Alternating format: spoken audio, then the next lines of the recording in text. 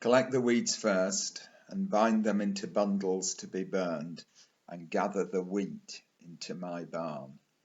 That comes from Matthew 13, verse 30. It's the parable of the wheat and the tares.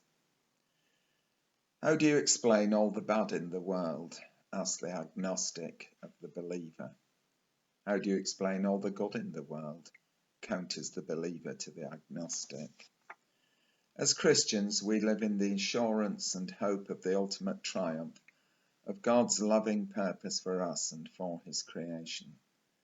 There is much suffering and sorrow in the world, but there is also a great deal of goodness out there as well. In fact, much more good than bad.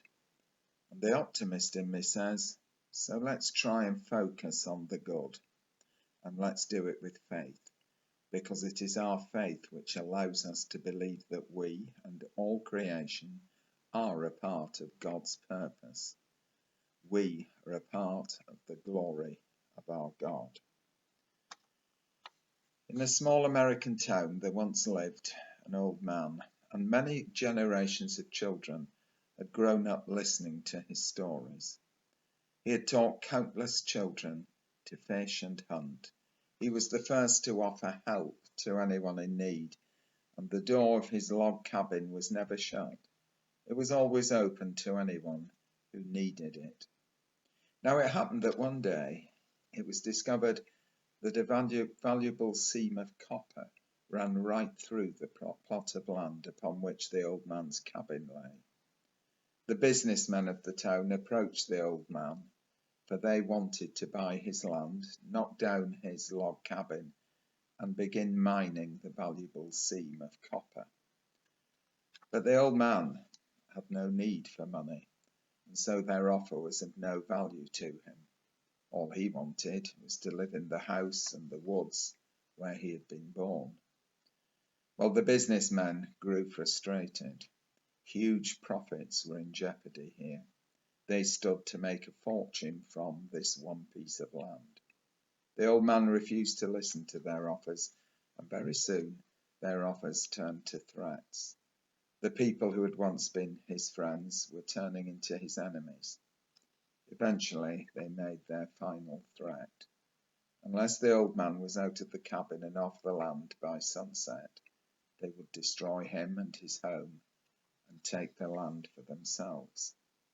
Sunset came. The old man was still in his house. A lynch mob arrived to kill the old man. Out of the cabin door stepped the town preacher. Old Sam realizes that he's going to die, said the preacher, so I'm going to read you his last will and testament on his behalf. The attackers fell silent and impatiently waited as the preacher unfolded an old piece of parchment and began to read. I leave my fishing rod to Pete, because I remember when he caught his first fish with me there beside him when he was 7 years old. I leave my rifle to James, because I remember how well he learned to shoot when I taught him. I leave my tin whistle to Harry, because he loved to listen to the tunes I played as we sat around the campfire. My boots I leave to Jake, because he used to play with the laces when we were getting ready for a walk in the woods. One by one, the few possessions which the old man had were bequeathed to the person they would mean the most to. And one by one, the men who had come to destroy the old man and his home hung their heads as slowly they made their way home in the silence of the night. Jesus spoke of tares and wheat. In the early stages of growth, both wheat and tares look alike. It is only when they mature that the tares can be identified and rooted out. Tares must not be left with the wheat because they're poisonous. They produce a narcotic which causes dizziness and sickness. Yet if pulled out too early, the harvester may well remove the wrong plants. There is a great deal about life in this parable, as it tells of the mix of good and bad, which seem to be a part of just about every structure of society, and is perhaps found as well in each of us. During the past 4 months, we've certainly seen the very worst of our sometimes selfish society, but we've also witnessed the very, very best of our society, the way that people have selflessly responded to the needs of others. I firmly believe that the good will always, in the end, overcome the bad. Everywhere we look, we can see God. Everywhere we look, we can find bad. Wheat and tares, they will always surround us. So we have to learn to separate them, just as we separate the weeds in our gardens. And we have to be careful, not careless, if the tares are not to choke the wheat, which can so easily happen.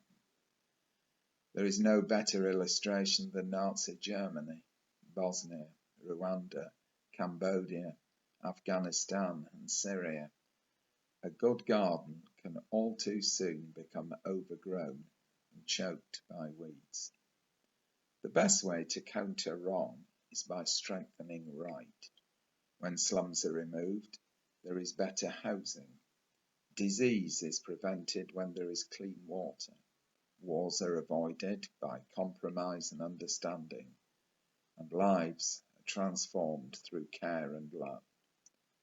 Understanding and compromise are so important. After all, one person may delight in the beauty of a rose, whilst another will curse the same rose for being scratched by its thorns. Life in this world will never ever be perfect, not, that is, until the end of time.